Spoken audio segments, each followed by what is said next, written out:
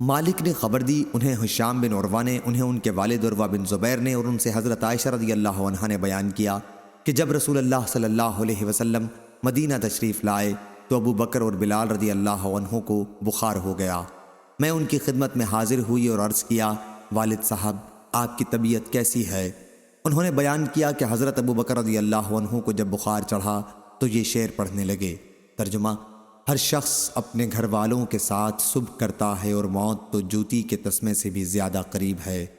اور بلال رضی اللہ عنہ کے بخار میں جب کچھ تخفیف ہوتی تو زور زور سے روتے اور یہ شعر پڑھتے: کاش مجھے معلوم ہو جاتا کہ کبھی میں ایک رات بھی وادی مکہ میں گزار سکوں گا جبکہ میرے ارد گرد خوشبودار گھاس اذخر اور جلیل ہوں گی، اور کیا ایک دن بھی مجھے ایسا مل سکے گا جب میں مقام مجنہ کے پانی پر جاؤں گا، اور کیا شامہ اور طفیل کی پہاڑیاں ایک نظر دیکھ سکوں گا۔ عائشہ رضی اللہ عنہا نے بیان کیا کہ پھر میں حضور اکرم صلی اللہ علیہ وسلم کی خدمت میں حاضر ہوئی اور آپ کو اس کی اطلاع دی تو آپ نے دعا کی، اے اللہ، مدینے کی محبت ہمارے دل میں اتنی پیدا کر جتنی مکے کی تھی، بلکہ اس سے بھی زیادہ۔ یہاں کی آب و ہوا کو صحت بخش بنا، ہمارے لیے یہاں کے سا اور مد اناج ناپنے کے پیمانے میں برکت عنایت فرما، اور یہاں کے بخار کو مقام جحفہ میں بھیج دے۔ صحیح بخاری حدیث نمبر 3926۔